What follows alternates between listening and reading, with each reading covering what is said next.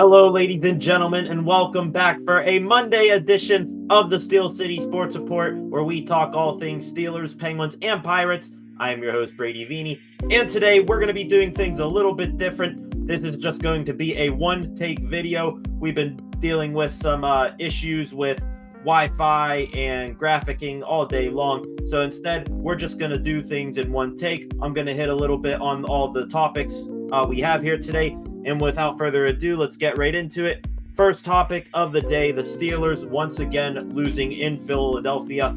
They go into their house of horrors, otherwise known as Lincoln Financial Field. And the way that game started, these looked like two completely different teams. The Eagles, with their number one ranked rushing offense in the league and their 31st ranked passing offense in the league, they just threw the ball all over the field on the Steelers. It was the connection of Jalen Hurts and A.J. Brown that hurts the Steelers the most, no pun intended there.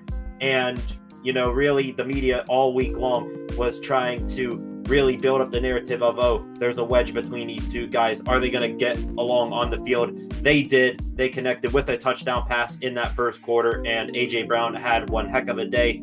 Meanwhile, the Steelers on offense, once again, a slow start. They could not get anything going in that first quarter. You saw their first 3 drives of the game ending in negative yardage, and their first 5 drives of the game not converting a single first down. Second quarter, more of the same to start it out. The Eagles got another touchdown with Devontae Smith, and then something finally clicked in the Steelers, where Russell Wilson led the Steelers on an 11-play drive, capped off with a Pat Freiermuth touchdown, and Steelers defense getting one more stop to get the ball back to the Steelers. They end up kicking a field goal. This game was actually pretty close at halftime, 17-13. Looked like maybe the Steelers had a little bit of the momentum, but that was not the case.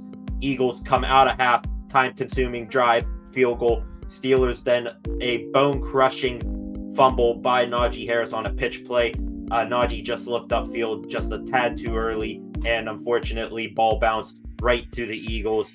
Then they went on another long drive, touchdown, and that was pretty much it. Down 2 scores. Steelers got the ball to just on the other side of midfield, and they decided to punt it down 2 touchdowns. Kind of view that as a surrender punt just to get out of there. And from there on out, the Eagles just, ate the clock away and got out there with the win.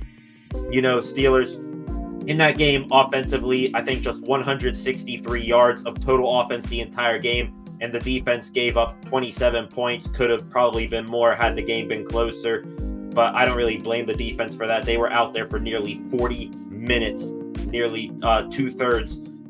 Eagles had more time of possession than the Steelers, so I don't really blame the defense for what they did or did not do in this one. But if we're being honest here as Steelers fans, do we really actually care about that Eagles game? That was just a house money game where if you walk in there and you win, cool. If you don't, it's no big deal.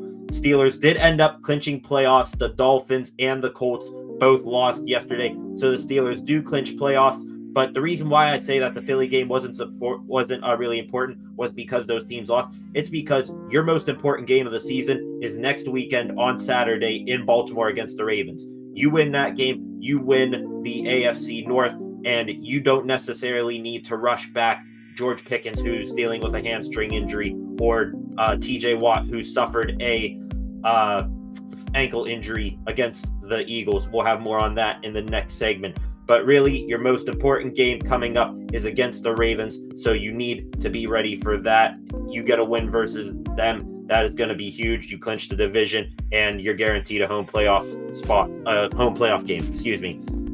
Moving on here, seeing how I mentioned how the Steelers are on a short week. They play Saturday against the Ravens. Mike Tomlin had his weekly press conference, usually has those things on Tuesday, but seeing how it's a short week, had it on Monday. Really 3 big topics I took away from this. Firstly, he had the same exact sentiment as the rest of, Steelers Nation, or at least most of Steelers Nation. They owned up to the loss, said it was a bad loss, but they already moved on to Baltimore. I believe Mike Tomlin told a reporter that it's just a loss. We're not going to get dramatic here. I fully agree with that. You go into a place where you haven't won since 1965. There should be no reason for you to panic just that one loss when you're still atop the AFC North. moving on to the injury front, like I said, TJ Watt did suffer an ankle injury against the Eagles that came in the fourth quarter. Just a normal pass rush against Eagles right tackle Lane Johnson. Nothing too extreme there, but Watt was down in pain on the field. They were able to get him to the sideline. They heavily taped up his ankle, and he walked to the Steelers locker room under his own power. After the game, TJ said that he rolled his ankle. They took x-ray pictures of his ankle. Those tests came back negative. So Watt was diagnosed with a low ankle sprain. So much better outcome than the high ankle sprain that, you want to avoid. In fact, Patrick Mahomes just had a mild high ankle sprain for the Chiefs also yesterday. So looks like he might be missing the Steelers game on Christmas Day. But Watt, low ankle sprain, something that we should be very fortunate that it is just that. Mike Tomlin, talking about Watt today, said that he saw him this morning in the Steelers facility with, quote, comfortably walking around the facility. Didn't get into many more details except for that, but Watt walking around the facility, great sign. Other injuries from the Eagles game. Quarterback Justin Fields suffered, I believe it was an abdomen injury, and corner Dante Jackson also suffered a back injury. And then you got three other names who did not play in the Eagles game that Tomlin mentioned in his injury report. That is wide receiver George Pickens, safety Deshaun Elliott, and defensive lineman Larry Ogunjobi. Tomlin said that he is going to monitor all six of those players throughout the week heading into Saturday, and that they will all be questionable to start the week. May get one or two of those guys a status change for them throughout the week, but final injury report, I guess, would be coming out Thursday, seeing how the game is on a Saturday. And the final thing that Tomlin talked about was, once again, hyping up this rivalry between the Steelers and the Ravens. He talked about how they still have a top defensive front unit in the league, and that their offense, led by Mr. Lamar Jackson. Of course, if you get the title of Mr. from Mike Tomlin, that means he highly respects you. Once again, that offense still very dangerous, as is that defensive line. But one thing he wanted to talk about was the Ravens did, a veteran defensive advisor, Dean Pease. He has since gotten his hands on the Ravens secondary, which was one of the worst units in the league earlier this year. Since then, the Ravens have become a top unit. They've only given up, I believe, 2 plays of 20 or more yards since the last played the Steelers a little under a month ago. And both of those plays came this weekend, I should say, against the New York Giants. So these Ravens team seems like they have improved greatly since the last time these two teams met. Should be an intriguing matchup, and it will be another tough test for the Steelers, especially if you go in there without wide receiver George Pickens, if he still is out, and now even doubly so if you go in without TJ Watt. You can live a little bit without Watt, seeing how you got Preston Smith, Alex Highsmith, Nick Herbig, but another game without GP, he showed it in that Eagles game. You cannot live without 14 on the field, and that would make things extremely difficult for the Steelers. And last Steelers topic for the day that I want to talk about is Chris Boswell is chasing history. Want to say congrats to Bos right now in the Eagles game. He kicked his 37th and 38th field goal of the year. Each of those kicks were historic in their own right. With the first kick, the 37th of the year, he became the Steelers' all-time leader for most field goals in a single season. And then on the second one, the 38th field goal of the year, Bos officially became the Steelers' most points scored by a single player in one season in Steelers history, I believe, with 144 points.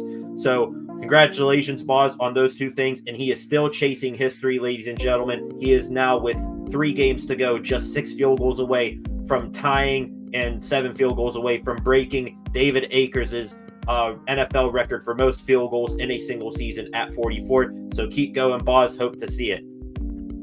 Now, switching gears a little bit, we do have some Penguins news here today. Firstly, we're just going to recap the last game, which was on Saturday night. Similar to how the Steelers cannot really do all that well in Philadelphia, same can really be said for the Pittsburgh Penguins in Ottawa. They have been on a skid going up there, and starting off the game on Saturday night, another rough start for Tristan Jarry, allowing a goal on the third shot of the game. He's been having a ton of trouble, especially on the first handful of shots of the game, keeping the puck out of the net. That reared its ugly head once again for Jars, so unfortunate to see that. Pens, throughout the game, they started to slowly and gradually get better and better. Blake Lizotte scored the tying goal. Sens shortly after got a go-ahead goal, and they had a third goal blocked by Erik Karlsson. Would have made it a 3-1 game. Pens ended up scoring. Chris Letang sending it to overtime. And Pens got another crucial point. But once the game got to overtime, both teams had their little bit of a flurry up the ice, but it was Senators captain Brady Tkachuk scoring the game winner for the Sens. And that now, with that loss, makes the Penguins 7 losses in their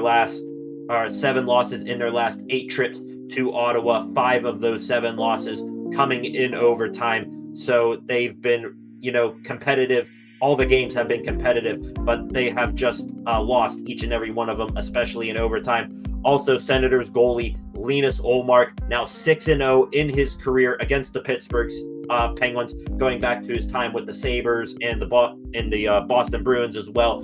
And really, he wasn't even supposed to play. They were scheduled to start Anton Forsberg. He gets hurt in warm-ups or before warm-ups. Ullmark comes in on zero rest. They played in Carolina the night before the Senators did. So on short notice and with little rest off of a travel day, Ullmark comes in and gets the win over the Penguins. And speaking of that Senators game, our next topic here, Penguins defenseman out week to week. That defenseman is Marcus Pettersson. The Swede defenseman took a nasty spill into the boards in that Ottawa game. He skated immediately to the bench, walked down the tunnel, and did not return. Mike Sullivan this morning after the Pens practice confirming that it is week to week and it is an undisclosed injury at the moment. But Pettersson, he's not a goal scorer, and he's really not a disher of the past two. Where he will be sorely missed is on the Pens blue line in their own zone, defending well. One of the best defenders on the team, really savvy veteran in that part, and that has what makes him a very intriguing trade candidate, especially if the Pens go on a bit of a struggle here again. So hoping Petey can get back in the fold soon. Now on to some Pirates news. Over the weekend, the Pirates added 2 more players to their roster, acquired 2 players. One was a signing and one was in a trade. And as Pirates fans have come to expect right now, it was just so disappointing. First signing was of Carson Fulmer, right-handed pitcher. Spent parts of last season with the LA Angels. Let me pull up his stats. I had them here from earlier. Fulmer, he was a former Bucco, but could not stick with the major league roster in 2020 and 2021. But Fulmer, 31 years old, spent last year with the Angels, as I mentioned, 37 games played, an 0-5 record, a 4.15 ERA with a 1.40 WHIP, 81 strikeouts in 86 2/3 innings pitched. So you're not exactly bringing back a Aroldis Chapman or getting an elite back of the bullpen arm with that one. The second addition was the Pirates making a trade on Sunday morning. They traded right-handed pitcher Joe Vogatsky, and I'm going to be completely honest, I had no idea that that person even existed or was in the Pirates organization, but they traded him to the Boston Red Sox in exchange for utility man Emmanuel Valdez. But in 2024, Valdez, one of the former top prospects, or one of the better prospects in the Red Sox organization, really struggled since making the MLB. He, in 76 games last year with the Red Sox, most of those played at second base, though he does have the utility factor.